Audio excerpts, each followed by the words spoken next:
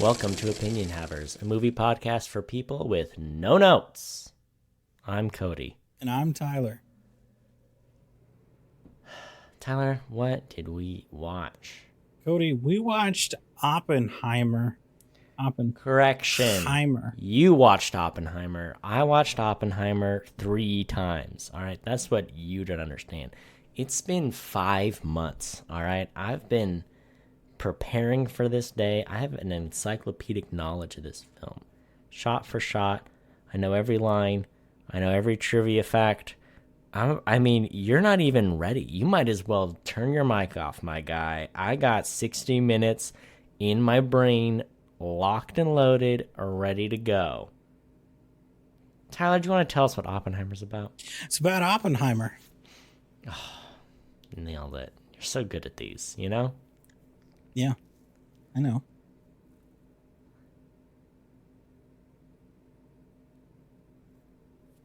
World War II. Just the gift that keeps on giving, you know?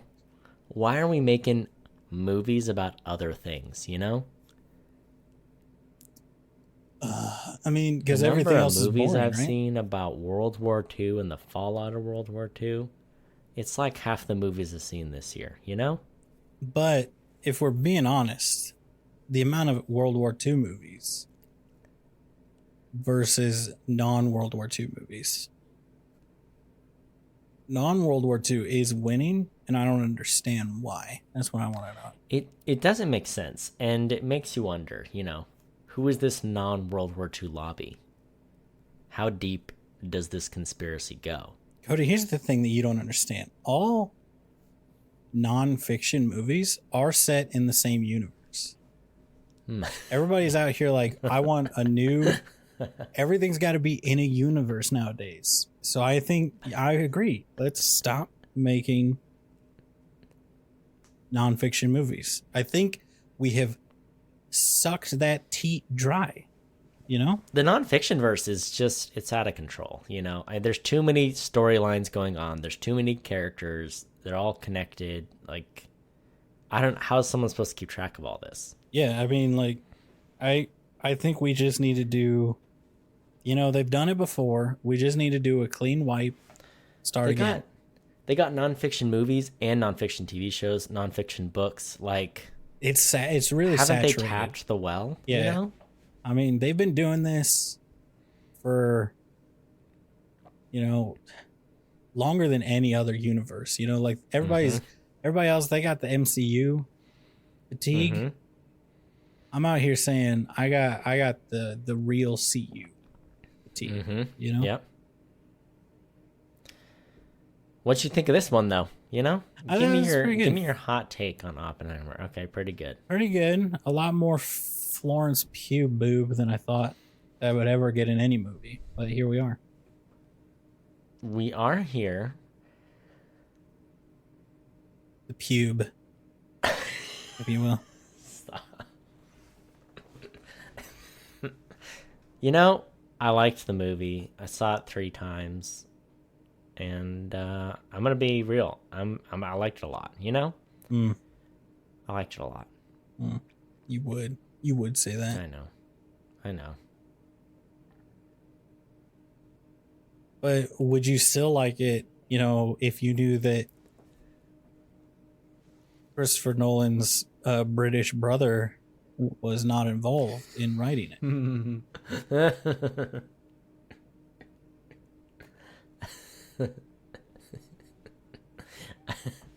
It's one of those facts that delights me every time I hear about it. Is Christopher Nolan the American one and his brother's the British one? Or is the other Christopher Nolan is probably... But he was born the in American England. one. He's the American one, but when you look at him, you're like, you're probably British. But he's born in London. The American one. Went to school and he made London. Dunkirk too, which is also like... Which one? Weird for someone who's American. I mean, Jonathan looks American. Of the two of them, he looks like the cool... What's his name? What's the name of the guy that plays the guy from Frozen? You know. Gad, not Josh Gad. Is it Jonathan Josh? Groff? Jonathan Groff. He looks like cool Josh Jonathan Gad Groff. is in Frozen. But it's not Josh Gad here that I'm looking at. Here's the thing, okay?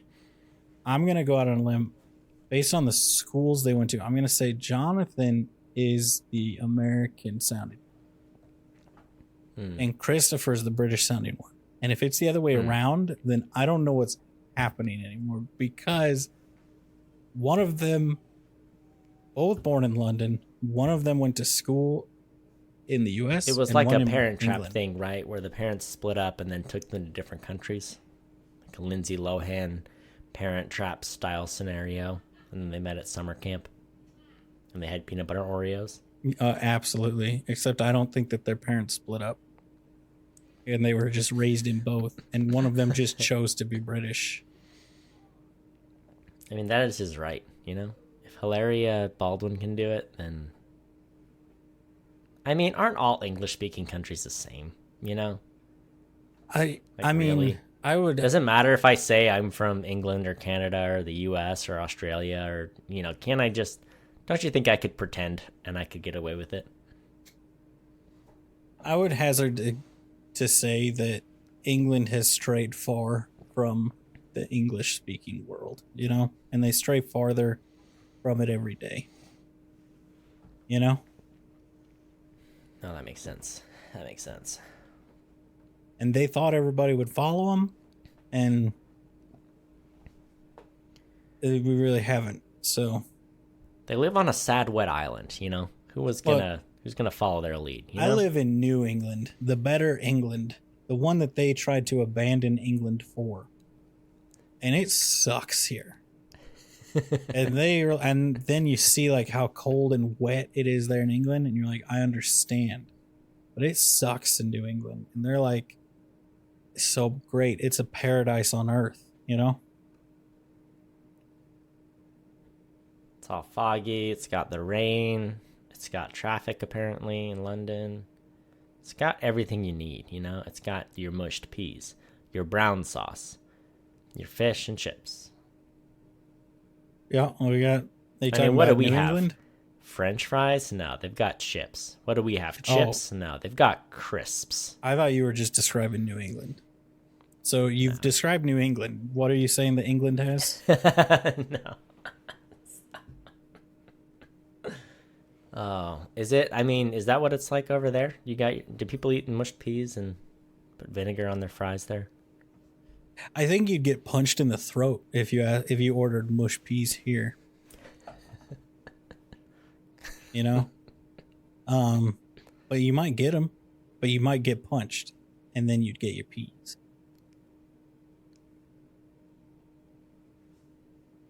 Here's the thing, Cody. Here, they've got food, and it's pretty good. But I went to a seafood restaurant. Let me tell you, I went to a seafood restaurant not long ago. A nicer one, a pretty nice one.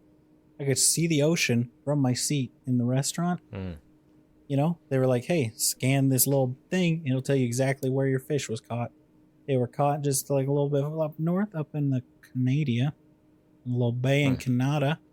You know, that was where the one I ate was. It was a swordfish. Let me tell you right now, Cody. It's all right, you know? It's all right. Seafood, it's all right. You gotta wear the little... Did they wear the little beanies there? Little fisherman beanies? The fish beanie? Did the fish wear the beanies? I don't know. I didn't see the whole fish. I don't know. I feel like the good seafood is the place where you go and you're like, this place is dirty and smells gross. And that's where the good seafood is, you know? Yeah. Like a little stand at the beach or something, you know? Yeah, it probably would have been better. I mean, my wife, she liked the lobster that she got, you know, but I was like, I don't want to be that decadent. I want to reduce the swordfish population. Swordfish? Don't trust them, Cody. Yeah.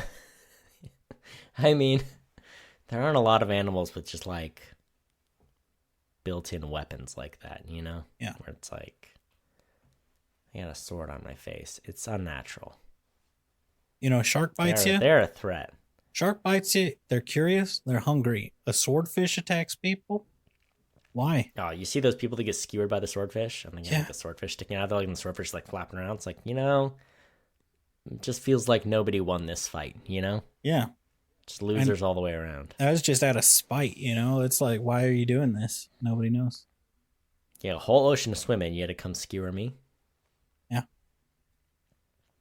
Well, Tyler, do you want to dive right in since I have copious notes and I saw this movie so recently? Oh yeah. Sure.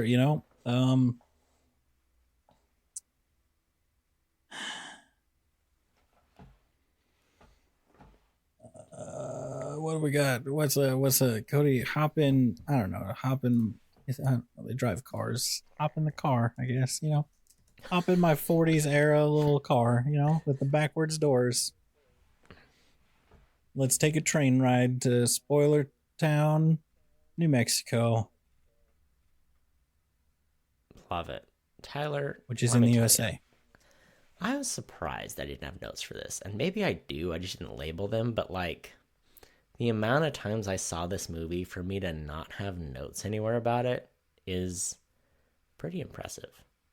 I mean, it is impressive. And I'm sitting here and I'm going to tell you that I'm disappointed in you. Because you came out swinging hard on me. Like, you were so much better. And you're like, oh, I've seen it 3 times. Cody, let's take a step back for a second. Let's take a step back. Let's look at the reality of the situation. One of us owns this movie forever. And one of us will never watch this movie again.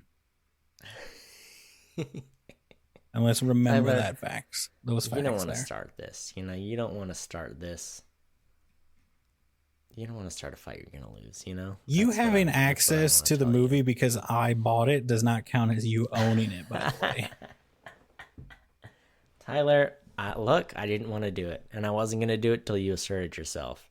You didn't really watch this movie because you didn't see it in 70 millimeter film in IMAX. That's what you don't understand. If you didn't see it in one of the 23 participating IMAX theaters, you didn't really see it, So really, I've seen this movie once, and you've seen it nonce, But Cody, I live just an hour away from one of these theaters, all right?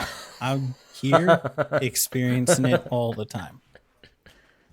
You're nowhere near any of them. All right. So which one of us is better there? I'm gonna start because I have to tell a tale. Are you ready? I don't even have the timer on. Doesn't matter. All right, Tyler. Now let me tell you my story. I saw this movie in IMAX. Really, I saw it in IMAX. I saw it here. I did Barbenheimer opening weekend. Friday started the day off with Oppenheimer. Great time. Got there late. Some dudes booked the seat on either side of me. So while the movie was starting, they were like, "Hey, do you want to switch seats with us so that we can all sit together?" I was like, dude, I don't even care a little bit. And then I scooted over one. They were like, "Our seat's actually one further down." I was like, the whole row's open, guy. The movie is going. I can't hear the movie because you're telling me that I'm sitting in the wrong seat because you booked the wrongs anyway. It's fine. I saw the movie. I saw all but the first 3 minutes of the movie, but I saw it. I did the Barbara. It was great. What a great day. And then I was like, you know what? I should see that again. So then I did it again. Don't worry. I showed up on time this time and nobody made me move seats. And then I was like, it's not enough. I gotta see this thing for real. I gotta see what it's about, I gotta do it. And then I flew to California to see family, and I was like, I don't care what you people are doing. This day in the evening, I'm going to see Oppenheimer in IMAX, 70 millimeter. And they were like, well, there's a real nice IMAX theater down the road. It's state of the art. I'm like, no, it isn't, because it's not in film and it's not the real deal. I drove 40 minutes in LA to Universal Studios. It's at the theme park, all right? So you got to go in and you got to park at the theme park parking garage, and you got to drive around for 10 minutes to find a parking. We just went up and down a parking garage full of cars, just full of cars for 10 minutes, and finally found an empty spot. We ran over in there. We got in there. Boom. It's taller. That's what you understand. All right. It's a lot of effort. It was like $30 to park there. Don't worry. They reimburse you. But then everyone got their reimbursement late. They were just giving people cash. They were like, here you go. Here's cash money. It's like you saw it. Imagine that, but tall. All right. It's not wide. It's tall. All right. That's what you understand about this movie. You see it and you're like, ooh, look how wide it is. No, that's not what Christopher Nolan, forget it. That's not what Chris Nolan. We're on two-name basis still, but I can shorten his first name. That's how close we are. I flew across the country. I drove across the city of Los Angeles to see it tall, and I did it. I saw it tall. It's kind of cool, you know? Was it worth it? I don't know. Who's to say, you know? But it was good. It was cool. It was taller. It's taller. Here's the other thing. You see it, and it's like, you know, sometimes you see stuff in IMAX and IMAX, whatever, and it's like some of the shots are taller, you know. Most of the movies aren't shot in the full aspect, you know. And it was like that with the IMAX theater too. I was like, not every shot was in the super tall format either. So it's like, what are we even doing? Why are we making a big deal about this format? If you're not shooting the whole movie in it, then I don't understand why it's a big deal, you know? But it was cool. Like, some of the images are kind of imposing, but I was also like, why not make it wider, you know? Why not just make it just as wide as it was tall? I have questions. If I ever sit down with Chris Nolan in a room, first off, I'm going to ask him, are you British? Second off, I'm going to ask him, why not make it wider too, you know? So, I loved this movie. I loved it so much I saw it 3 times. And it's sitting towards the top of my movie list of the year. And you know, just impressed. I'm impressed people saw it. I'm impressed it's making money. And I just think, look, Chris Nolan, he's out here making sci-fi movies and Batman movies. And he made Dunkirk, and I liked it all right, you know? And he made Tenet, and it was all right, you know? But this one, I feel like he's back at the top of his game. And it's good to see my friend Chris Nolan. Once again, 2 names. And it was good to see him at the top of his game. It was just cool to see him apply, like, sort of his non-linear narrative to a historical story like this in such depth. And to get him to use his pull as a director to make this story versus whatever other story he could have made. You know, he could have made another Tenet kind of deal, but he chose this. And a lot of people saw it. A lot of people resonated with it. I thought it was really, really, really well done. You know, great movie, really interesting. And you didn't actually watch it. Yeah, that's my 5 minutes in a nutshell. All right, Cody, I'm going to cut you off there, you know, because I'm going to go into my time here. Ready? Okay. Cody, let me tell you, last weekend when I was having dinner over at Topher's house, all right, and we were talking about the film and his, you know, like, I asked him, you know, why tall? Why no wide? And he said, because the people didn't understand Tenet. That's why. That's what he said. And I said, you know, I get it. You all doubted him, so he's going to make you drive. He's going to make you go across the country. He's going to make you park for $30 to feel like you're part of it. He's like, all you LA people, you came at him. You're like, Tenet don't make no sense. So he's like, we're going to make a movie about a bomb, and I'm barely going to show you the bomb. And you're going to pay outrageous amounts to see it. And I said, you're so wise, Mr. C. You know, that's another thing I call him C Dog, C Dizzle, you know, Topher, you know, all part of the names, you know, whenever we're hanging out on the weekends, you know, just chatting, you know, and, you know, let me know when you ask him if he's British or not, you know, I'll be there with the mop and the stretcher, Cody, because he's going to take you down so fast. Here's the thing, Cody. Let's talk about this film. This experience, okay? That, you know, you may have seen it tall, but I saw it, you know, where I owned it and I saw it on OLED. You know, you don't know what that means, Cody. You've seen some things in OLED, but you haven't seen this OLED. So how can you understand what I'm talking about? All right. Can we all agree on one thing, Cody? I feel like we can meld on one thing here, and that is that the scene at the beginning where he's like, "Oh, I'm gonna poison my professor," and then he didn't. I'm like, that was weird. All right. And then the movie moves on, and it never really comes back, and that doesn't come back up. It's just like, this is a fact of his life. It's one of those things where it's like, I feel like we could have brushed over that fact. I feel like that's not something that you needed to include in a movie, but they did it, and I felt like it was weird. But then they made a real, like, I feel like I never seen this movie, but Cody, not this movie. I seen this movie, but I never seen the movie about Stephen Hawking. But I feel like it's very similar vibes because there's lots of like, let's have some ethereal music or some 3D renders of the universe and then some slow zoom on his face. Like he's unraveling the secrets of the universe. And I was like, this is what that movie it was, wasn't it? About the Stephen Hawking? Stephen Hawking, right? Yeah. Okay, nailed it.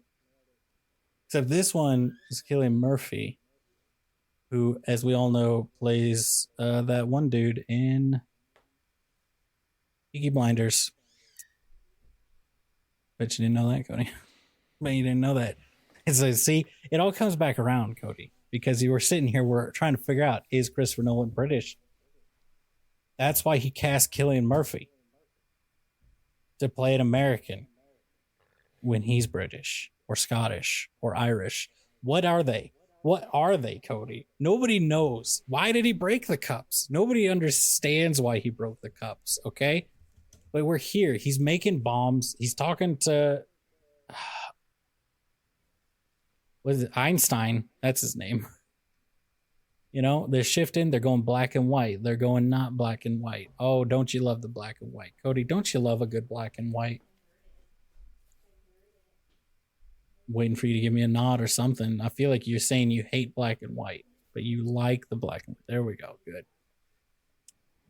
You know, here's the thing. I don't know if you got by this. I've seen a lot of people, they got by this whole thing where they're like, I thought they were going to show it, and they were going to show a lot more of the bomb and reference the war a lot more. And they came in, they were like, let's not talk about the war. Let's talk about the scientific politics. And let me tell you, Cody, thank goodness someone's out here addressing the politics of the scientific community. Because I'm out here from day one saying these people, vultures, Cody, vultures tearing at each other's throats. All right, they're out here. They're like, look, we got to put him there. He's out like, we got to put him out in the desert so they don't tell nobody. I'm saying put him out in the desert so that when they all kill each other, you can easily clean it up, right? Just scoop that sand over. Do it. You know, and then it's, you know, we're all good. Okay. You know what I mean?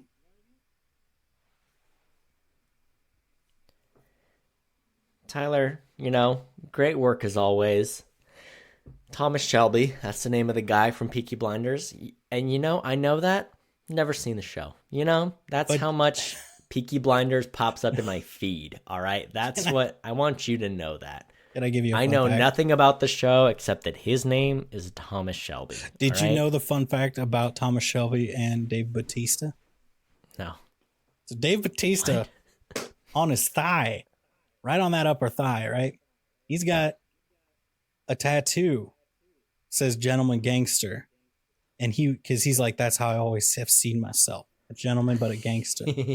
And he found a picture of Shelby boy or what, you know, Shelby, Thomas Shelby, right? Is that his name? Cillian Murphy as his character. He took it to his tattoo artist and he's like, I want this, but can you make it look less like Cillian Murphy? Because he's like, I don't want a tattoo of Cillian Murphy. I just want like the vibe of this picture, this like promo image from the show. He got the tattoo. The tattoo artist changed it a little bit, so it's not obviously just copied from the promo image. The first person who saw it is like, oh, that's Cillian Murphy. So now, yeah, so there's a whole little video you can watch where it's someone asking Cillian Murphy, are you aware that Dave Bautista has you tattooed on his thigh? And he's like, oh, I did not know that. Also, Cillian Murphy looks roughly 80 years old. in on all of these interviews. He's like, I did not know that, but good for him.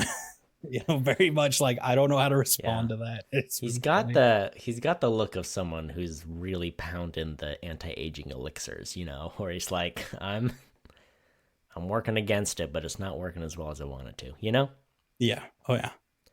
I am really happy for Cillian Murphy that he got the role because I think he auditioned for a few things. Like I don't know if he auditioned for Batman or some of a few leading roles for Nolan, I guess. And um, anyway, so I think he was really excited to get a lead role offer from Christopher Nolan because I don't know, he just doesn't get that many leading parts. I feel like in movies.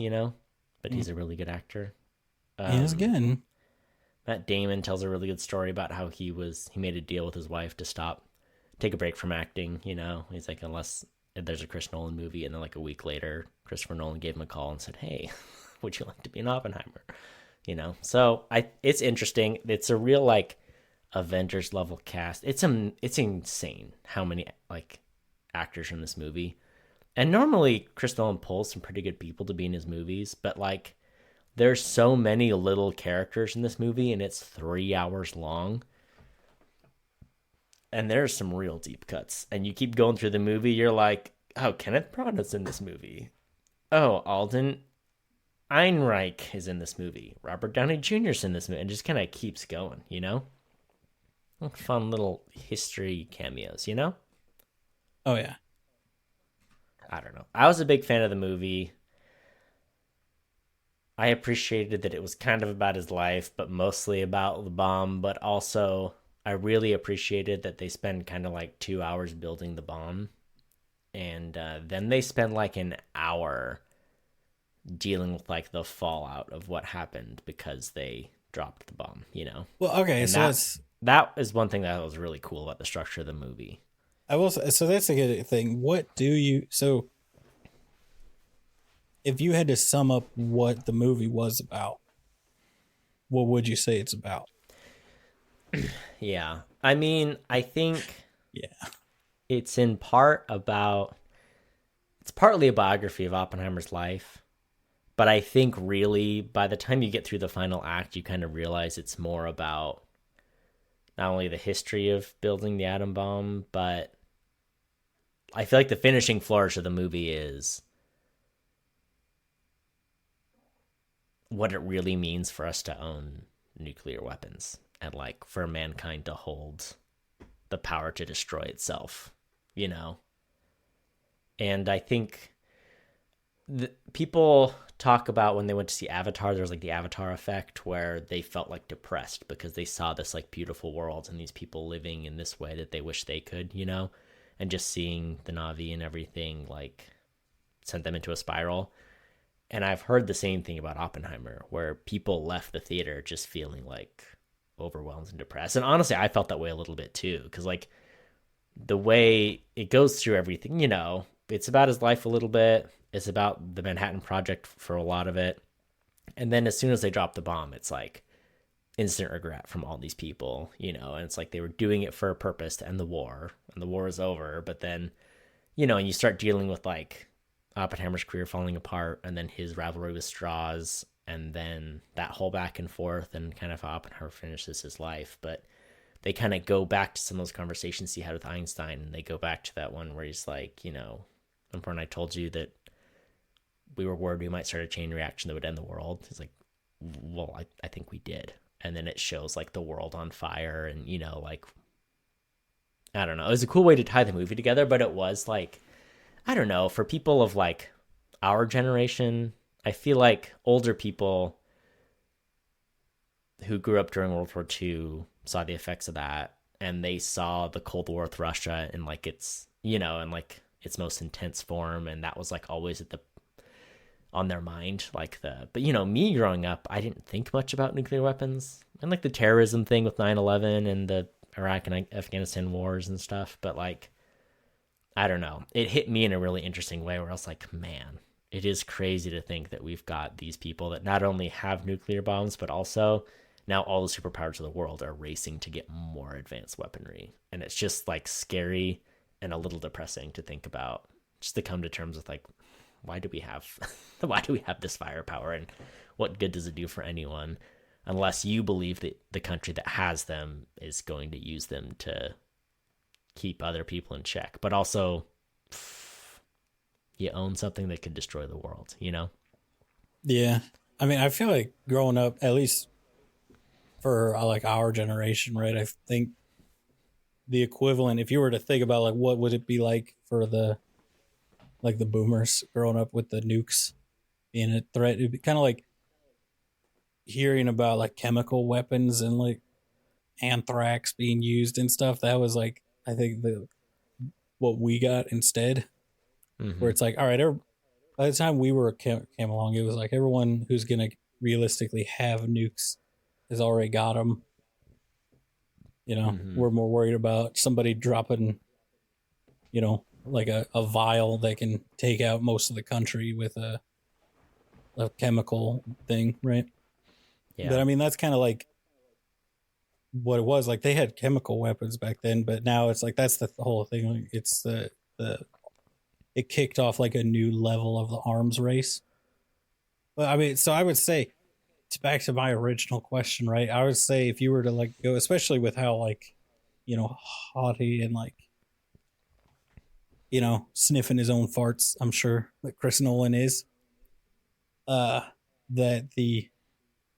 it really seems like it breaks down Oppenheimer's legacy, right? Because you can see like, I don't know if you remember growing up, it was very divided. Like you had newer scientific textbooks and like sources and stuff who revered him and said that he regretted it and actively worked to contain nuclear weapons. And then you had older ones that are like, no, he's like, he was all about the bomb. And he's like, yeah, it's fine. It's like, having almost acting like he had the attitude of the guy who invented the AK-47. He's like, I just invented a machine that works really well. It's up to people who use it, how they use it. It's not my fault. Which I gotta say, like, probably the healthiest way you can look at any of this stuff if you're in that position is the way that guy views it. Is like, it's not my fault that people kill each other with my invention. But like I'm sure different for Oppenheimer, being that there were other scientists like Einstein who refused to do it before him, you know, like where they were like, build the bomb, and then other guys said no, and he said, all right, fine. But I also do think it's interesting, like the amount of political stuff I found very interesting, like the communism and like how, you know, you see like, especially nowadays, there's so much unionization movement and so much more push towards socialism. Whereas back then it's like, that was a dangerous thing to talk about, you know, even. Yeah, and it quickly became a career ender by the end of World War II. It was like, all right, we're not really friends with the Russians, so if you're affiliated with their politics in any way, then all these people got blacklisted. Yeah. It did a good job kind of telling his biography a bit. I also liked that it showed all of his flaws, because, you know, sometimes you get these history movies and they paint, and kind of like The Theory of Everything, where it's like, hey, look at how great this person was, and look at their struggles, and look at what they overcame. And that is a fine way to do a biopic. But with someone, mean a biopic? Oh, gosh. Continue. What were you saying? But with someone like Oppenheimer, it was really cool to, you know, you see him almost poison a professor, and you see him as a philanderer, and you see all of his mistakes as well, and you're like, oh, he's a brilliant person. And sometimes that comes with a cost, right? If you're so good at one thing, sometimes, you know, other things suffer. So I liked that. And yeah, because I know some people that were like, I'm not going to see a movie that glorifies the guy who invented the atom bomb. We're like, I mean, right, it's a movie about him, so in that way it glorifies him, but I really don't think it paints him in a way where you're like, man, he was the man. It's like, no, I really feel like the movie by the end is like, well, he was the right guy for the job, and he was a brilliant scientist, but that's as far as it goes, because there's even, you know, rewatching it, it's just, the detail of the movie is really fantastic, and I thought they just kind of, as far as like the runtime goes, they fit in like so much into it, but you know, I like that there's a point in the movie where Oppenheimer's like, yeah, you didn't pick me. He's talking to Matt Damon's character. Like, you didn't pick me for this project because I was the only one that could do it. You picked me because because of my speckled past and because you knew that you had those cards to play over me, so that I would have to play fair with you, kind of a thing. And so just interesting, all the politics that go, not just like him with the other scientists, him with Lewis Strauss and stuff, but also him with the military, where it's like, hey, this guy's the right guy to do it, but also he just fits the profile where it's like, hey, I'll get the credit for this as well. I thought that was really interesting too. Yeah. And I mean, you can also like go back, right, where you have all these other scientists, but all of those guys, they seemed like they were, a lot of the guys who were just as brilliant as him or who probably could have done it too, also seemed like they had a much harder job, like getting any kind of following or popularity. So, like they talked about that aspect too, where he almost developed like a cult of around him to, especially with Los Alamos and, all those scientists where these people almost like worshiped him. He could do no wrong. And how, there were guys who dissented who, kind of showed that even the most brilliant of these guys were pretty replaceable. But, would someone like Einstein have been able to get that amount of intellectuals to agree to work on this secret government project, and like move their families out to the desert and work on the bomb and all that? I do think it's funny how they glossed over like most of those guys died horrific deaths of radiation poisoning, just melted from the inside out, And like when they tested the first bomb, I'm pretty sure like a bunch of people went blind because they just stared at the explosion and were way too close to it. And when they were getting to that point, I was talking to Tiffany. I was like, I wonder if they're going to show somebody get their eyes burned out, which I'm pretty sure happened. But no, they were like passing out their little glass things, and I'm like, little welder's glasses. Yeah, I'm like, man, spring for the shield. Like when they're just passing out the pane of glass. Yeah. I was like, you trying to tell me this, like, the biggest military project ever, they can't spring for full welder's masks? They're just getting the pane to hold in front of their face. And the one guy out there putting on sunscreen, and the other guy's like, no, the glass, it blocks it. It's just like, no, it did not block it. UV. Yeah. It did not. Yeah. Man. No, it was, well, that scene was one that I appreciated more every time I watched it. First off, because I was ready for the giant jump scare when they finally play the audio of the bomb going off. And second, just them setting up that scene. They run through it and they're like, okay, there's observation group 1, 2, and 3, and one's this close, one's that close, one's far away, and they go through the whole thing. And so when I watched it again, I was like, oh, they show what they're doing is they're showing each group's reaction that's further away from the bomb every time. So the bomb explodes and they show the people at the first observation area. Then they show the people at the second and the third, so they do the explosion 3 times, but from each perspective. I don't know, it was really well thought out. And just the design of the movie. I know that some of the trivia I saw talked about how they shifted the budget at one point, and they were like, we had more locations to shoot at and stuff, and finally we just decided, you know what, we're going to put all the budget into production design. So we're going to have fewer locations, but we're really going to let the production designers like make these sets and buildings look great for everything we have to put together, which I thought really showed up on screen. Like great costumes and just really cool architecture of the buildings they were in and the props and everything. I saw someone, when I went to LA to see the movie, they had some of the Oppenheimer costumes up at display. And there was someone who came dressed as Oppenheimer, standing next to the Oppenheimer costume, taking a picture, dressed in the exact same costume. It was kind of fun. It's fun. You don't get that kind of stuff, not in LA. I mean, how many people out here cosplaying, history movies? Yeah, nobody. Pretty funny. Yeah, I mean, but I don't know. Oh no, keep going. No, I was gonna say the other thing that I didn't realize this until I looked at some trivia, and then rewatching it was really interesting. But I noticed the use of switching back and forth from color to black and white. I was like, okay, so some of these are in the past and some are present and future. And then I realized that is not what they're doing. The color scenes are from Oppenheimer's perspective, And the black and white scenes are from Louis Strauss's perspective, which is Robert Downey Jr.'s character. Mm-hmm. And when I learned that, I was like, oh, that makes so much sense, because they show the same scene multiple times. And they'll show it black and white, and they'll show it in color. And then by the end, when you have Strauss giving his whole, when he's about to lose his confirmation hearing, then he's going through it all, and you're like, oh my goodness, that's why this stuff's in black and white, because it's his perspective. So even that too, like, it's not just a biography of Oppenheimer or the Manhattan Project or the fallout of the bomb. It's also about Louis Strauss and his relationship to Oppenheimer. Like, they cover so much in the movie, but I don't know. I think Chris Nolan's a great writer. I think his last movie or two hasn't showcased it quite as well as it could have. Like, some of the scripts like Memento and Inception and Interstellar have been really excellent.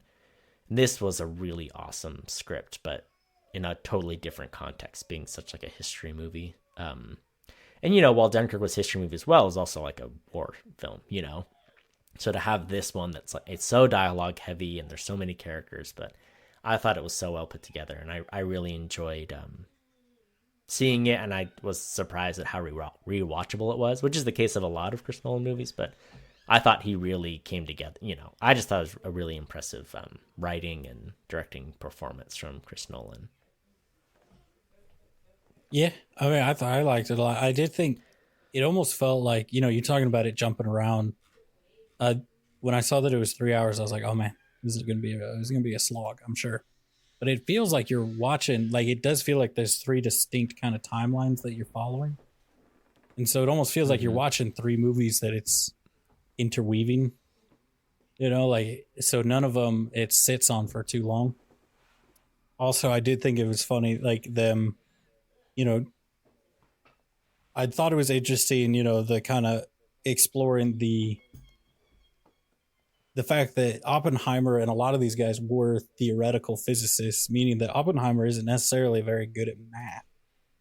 Mm-hmm. He just is very good at like wrapping your whole thing is you're really good at understanding the laws of physics and wrapping your mind around how you can bend and break them and how they can apply to different things. And then you take like a mathematician that can prove it mathematically, and you get an engineer that can prove it in a real world experiment, and how like he had to work with those guys where he'd be like, well, this is impossible. The math shows it's not possible. An engineer coming in and being like, well, I just did it in the other room, so obviously it's possible. And like playing with that kind of like relationship that they, because like their whole, I think beyond, that's why I think the movie really is about the legacy of Oppenheimer and his influence on the scientific community, because that whole relationship of, you take a theoretical physicist, he can come up with a new thing. You have a mathematician who can prove it mathematically, and the engineers that can prove it physically.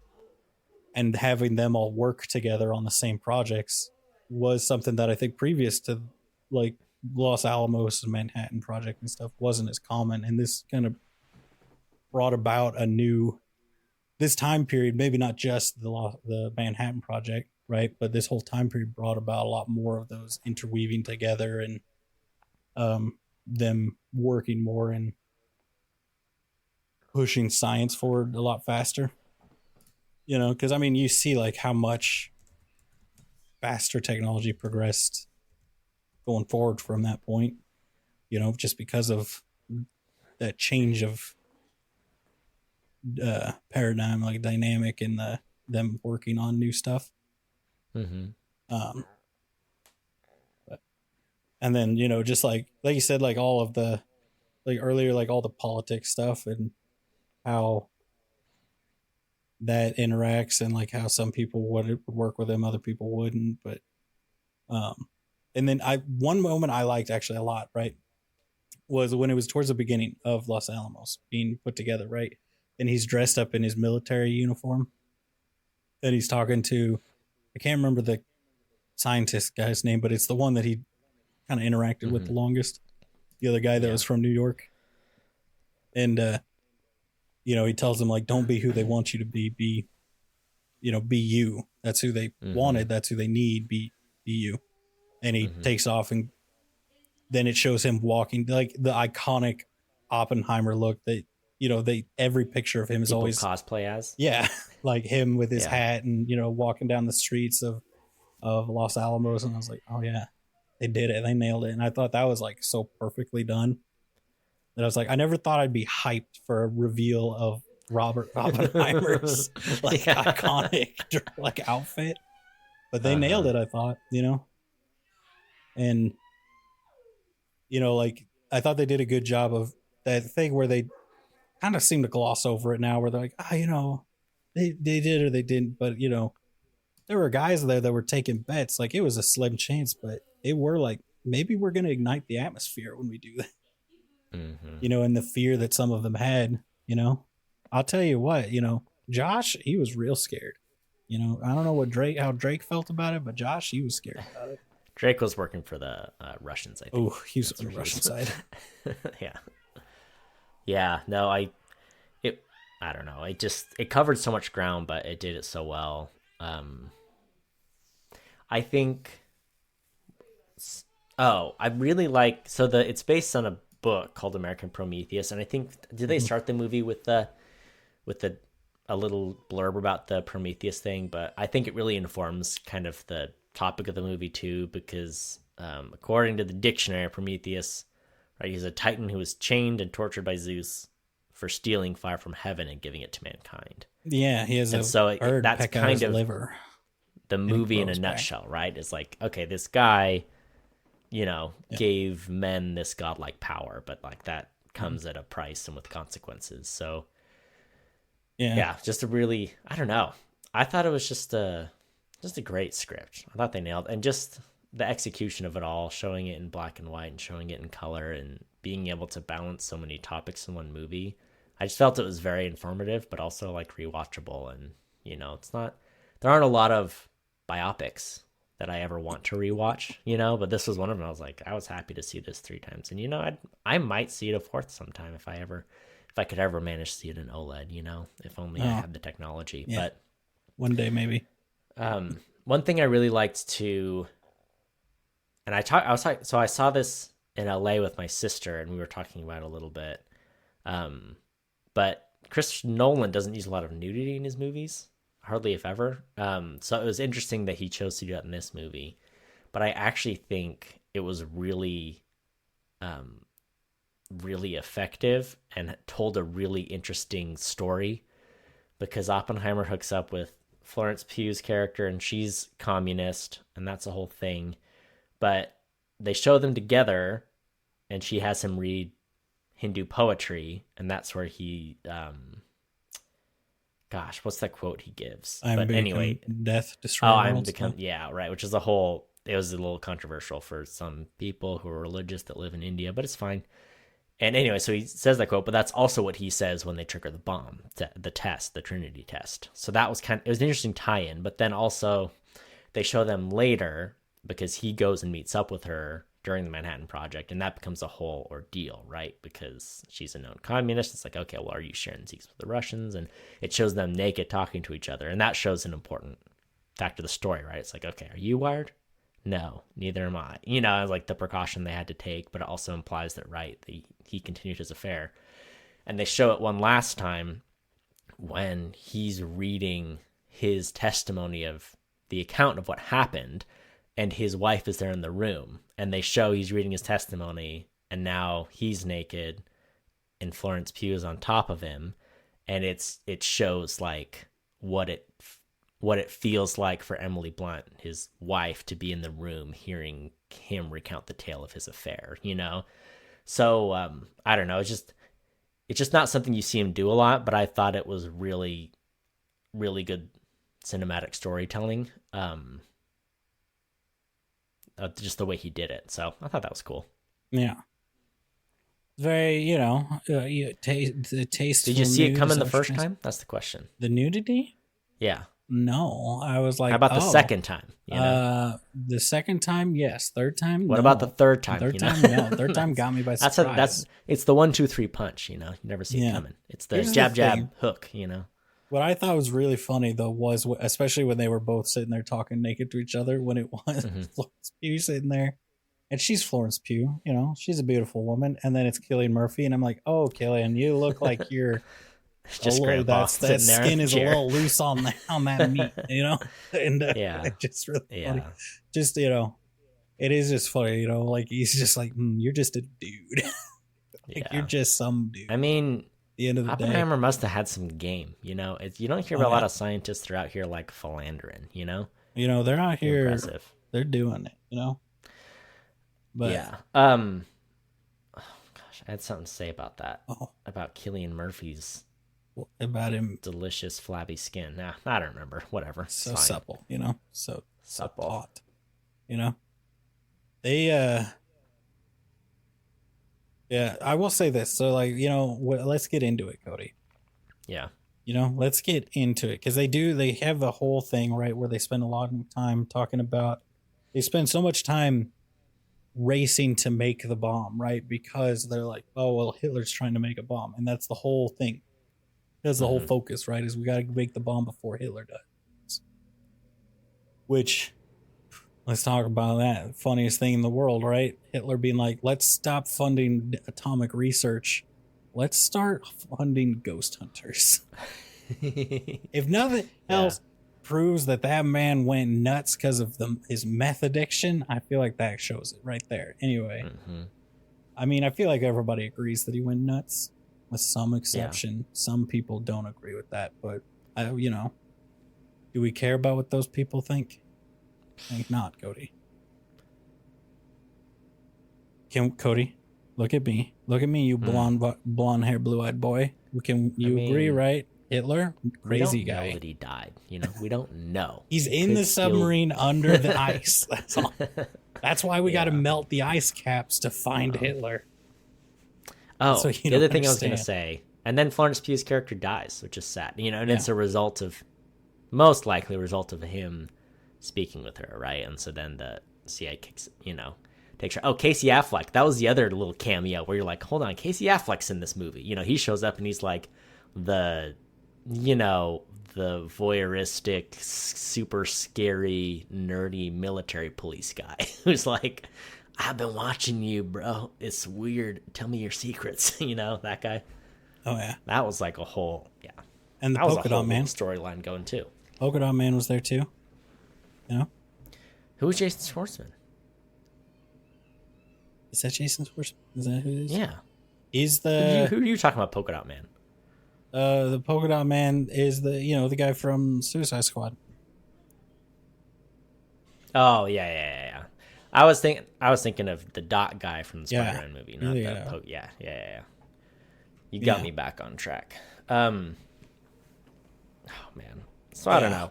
I mean, but they I had like a small critique, and now I don't remember what it was, but it was something stupid. Oh, okay. Well, I'll keep going on this thing, right? So the whole thing, right? Like they talk about the whole thing is them trying to get the bomb before the Nazis, because the Nazis. That's what everybody cared about back in the day. Mm-hmm. And then it's like, well, the Nazis, they lost. So what are we? Mm-hmm. What about now? And it's like, well, there's the Japanese over here still fighting.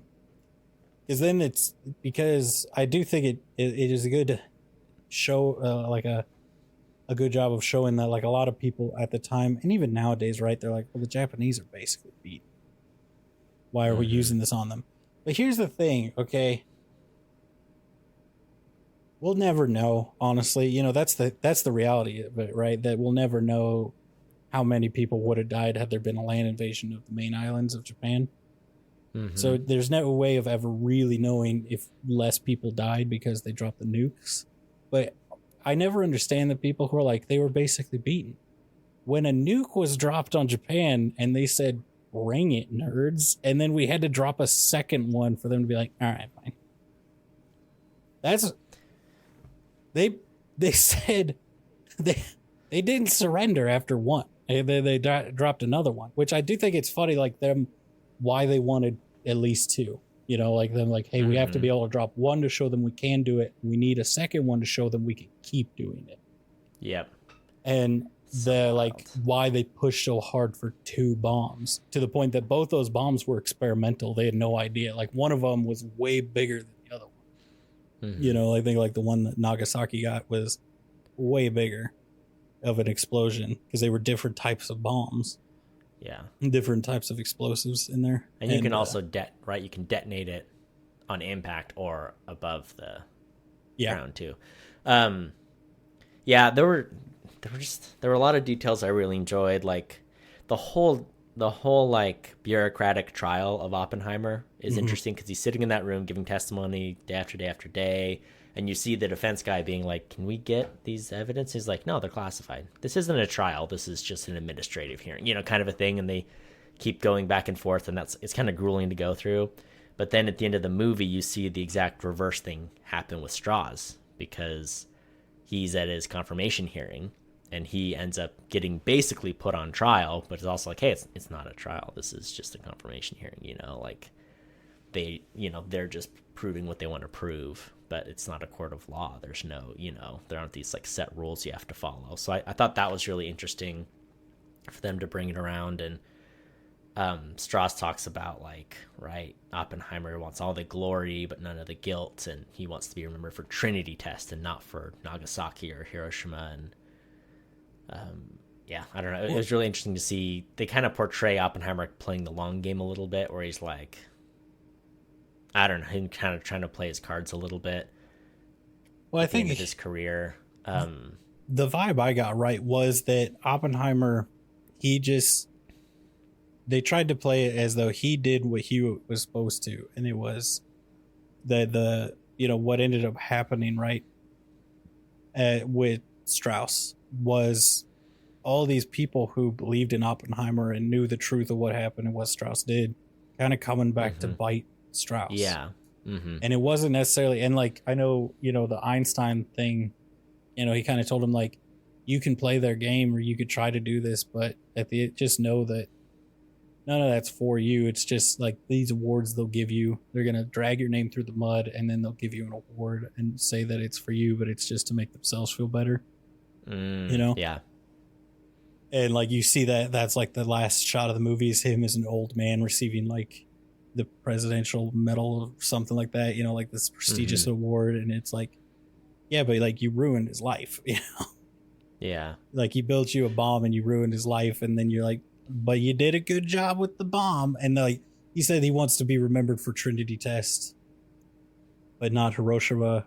And then he like goes on, and then someone is like, and Nagasaki, like showing that Strauss also doesn't care about the bomb. He just wants him to be like he doesn't. He's in a feud with Oppenheimer too, because right, Oppenheimer embarrassed him trying to defend isotopes and the whole thing.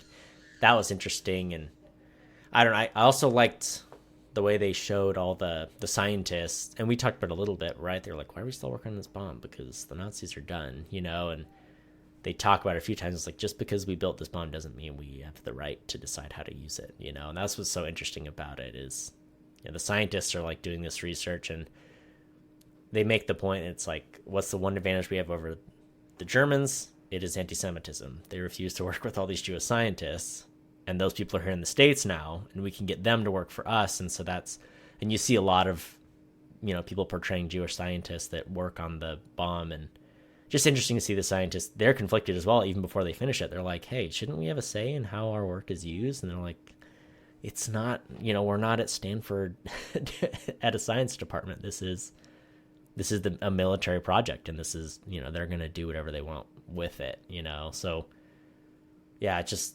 interesting. They did it for the right reason, but also once you build this thing, you can't put the cat back in the bag. I think that's kind of the point of the movie as well, is okay, we have nuclear weapons now, and it makes you feel a little bit helpless. It's like, yeah, there are other people and people with other motives and politicians and people in power and militaries that are going to do what they want to do with all this power.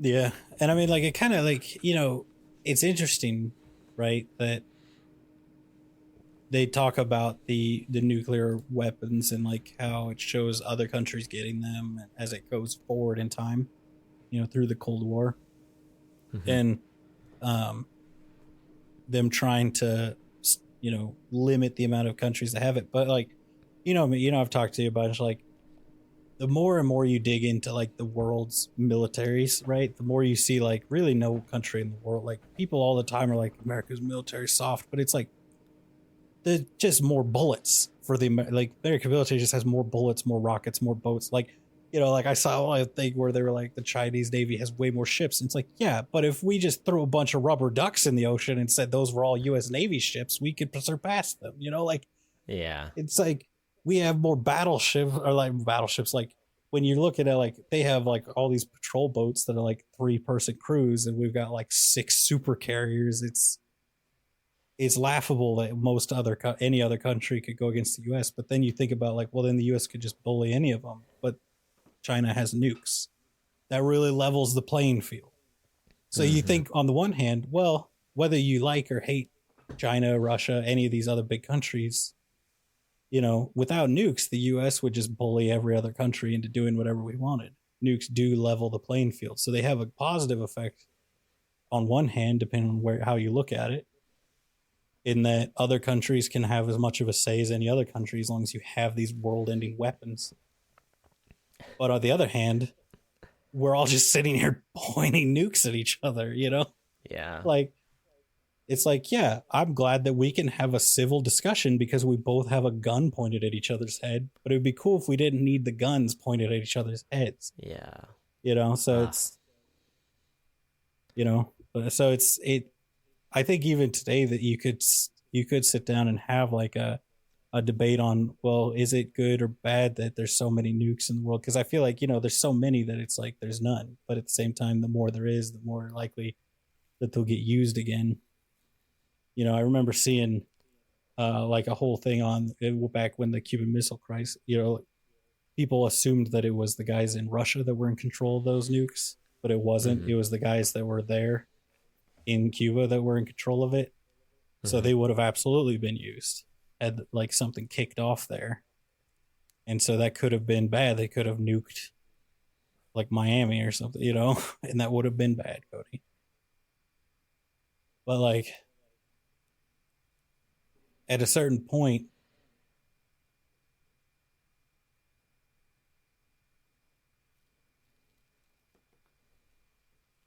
is it, well, it's just another weapon. There were some guys that talked about it like that. Like, it's just another weapon. It's just a bigger gun.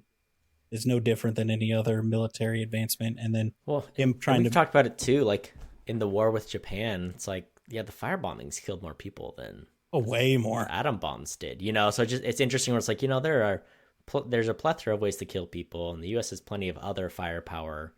Doesn't have to be nukes that are the thing, but it is just that.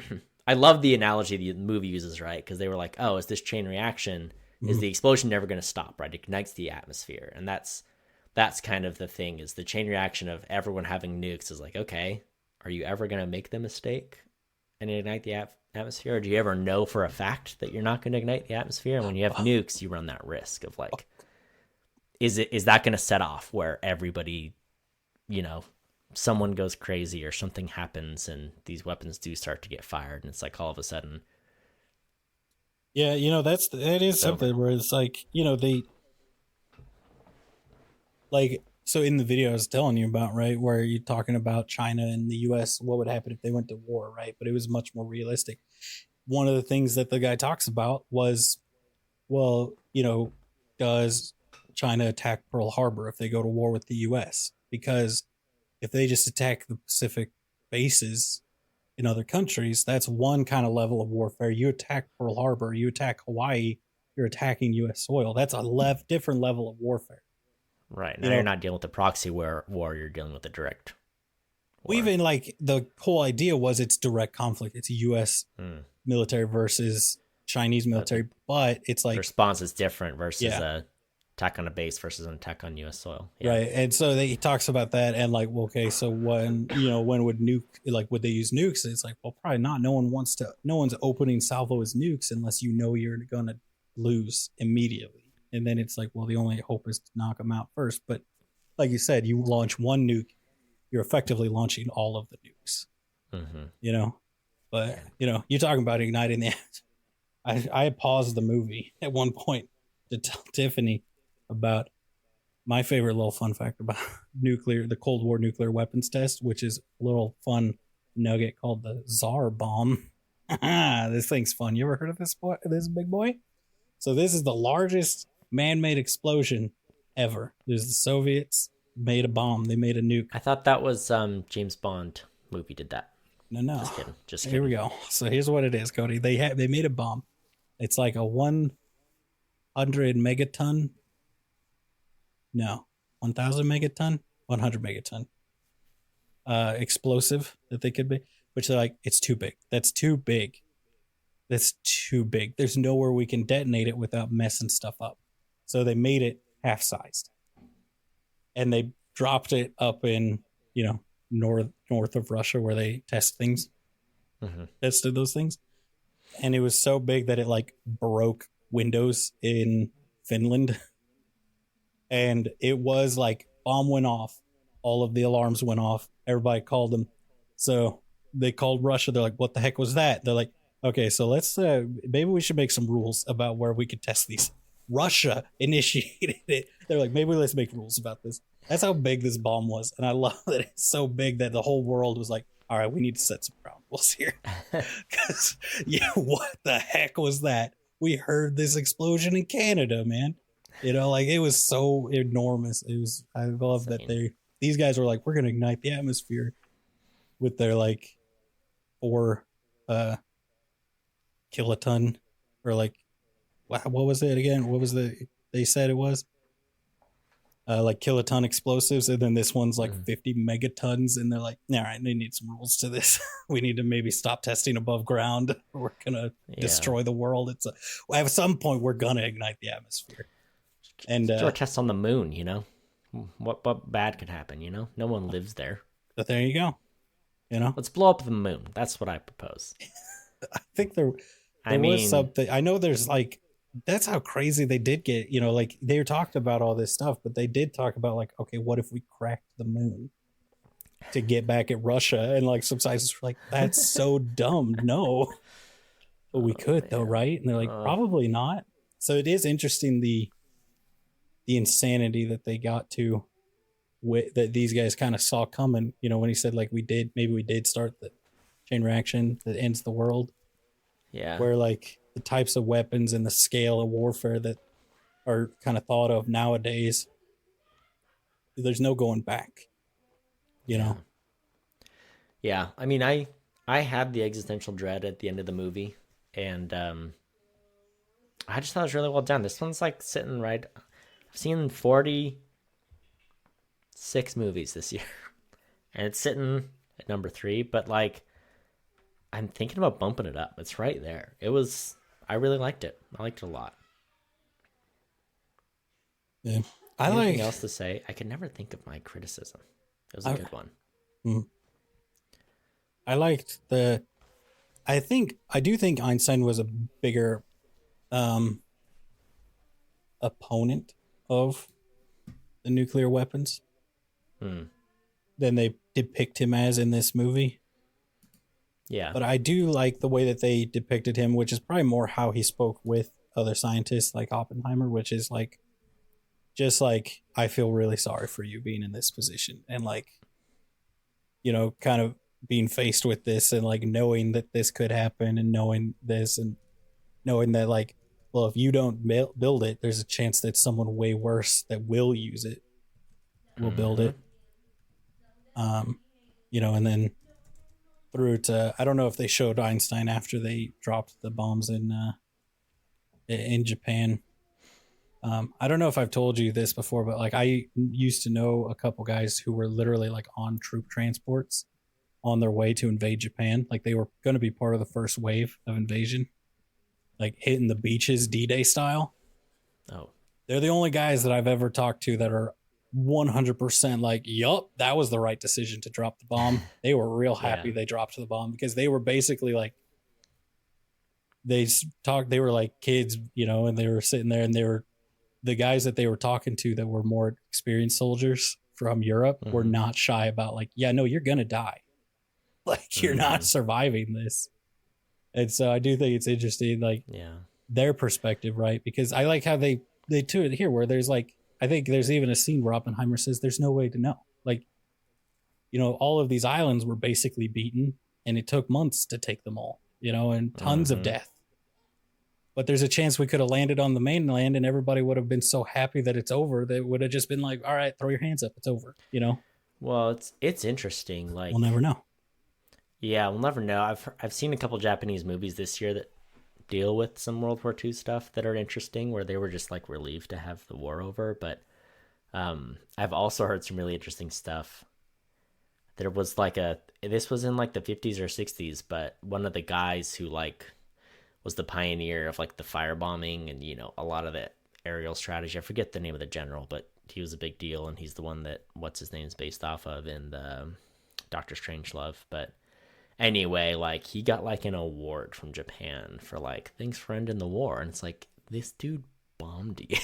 Like it just the Japanese perspective is very different, but they also have a very different culture. But there are a lot of people that were relieved to have that government kind of ousted and enter a new era of the country and just put World War II behind him. Like, I mean, I'm not saying, not justifying anything, but I think a lot of people are glad that war ended, Yeah, I mean, like those guys, they would tell stories about like landing, expecting, because, the European people, there were lots of Germans who were bitter, about it. They thought the Germans should have won and stuff. So that's what they were expecting. And then they would have like grandmas come up and kiss them and thank them for coming and like occupying their country to just end the war and just have it over with, because because like Japan had been at war for a long time and they were just over it. So that's, I think, the thing. Like, I think that what you see with Japan, right, being so different is not just that, like it's because all the people that held that ideal of like the samurai, like, and that feudal Japanese is like imperialist stuff, like most of them died. Yeah. Right. But also those people that fought to the death, right, and like would come out strapped with grenades and stuff, were told that Americans would torture them and like make it do things to you so that your soul wouldn't go to heaven and things like War that. propaganda's no joke, dude. Yeah, like they thought it. So that was the thing. You'd have to convince these people, like, no, we're not going to torture you, we swear. But like the people that they grew up trusting their whole life were like, no, these are monsters, and then so it's hard to, but I do think the movie this is like one of the best examples, I think, where they like kind of went into that, but at the same time, like you said, he's like, it's not our decision, it's the guys, the generals and the politicians, it's their decision. Well, they even rail on him a little bit in the trial where they're like, oh, so you were just in there picking target sites, but you have remorse about it. And he's like, I was just there to give my perspective. And it's even interesting too, like the one general who's helping pick the site where they're gonna drop the bomb, and they're like, won't do here because I honeymooned here. And you're like, man, this is crazy. There's people in a room that just make those decisions. But I liked the nuance of the movie, and I think it's about to release in Japan, which was also kind of a controversial thing where they're like, are we gonna, people are gonna be cool with this? But I think I'm really impressed with the movie. Yeah. I loved it. I'd recommend it. Are you ready to give it a grade? Yeah, I think I'm ready. Are you ready? I mean, you already know my grade. That's the thing. You're gonna out here give it like a D- or something dumb. This guy is a certified Cody's Corner A+. It has to be. There's no other answer. What are you gonna give it? I mean, it's a historical movie. It's about World War II. I read books about this stuff growing up. Cool. So, I like it. I like dropping nuclear weapons on other countries, Cody. So it's A+ for me. Tiffany liked their house when they moved to Los Alamos. So get out of here. It's an A+ from Tiffany. All right. Bailey didn't see it, but I'm sure she would have given it a solid B-. Well, want to thank everyone for listening.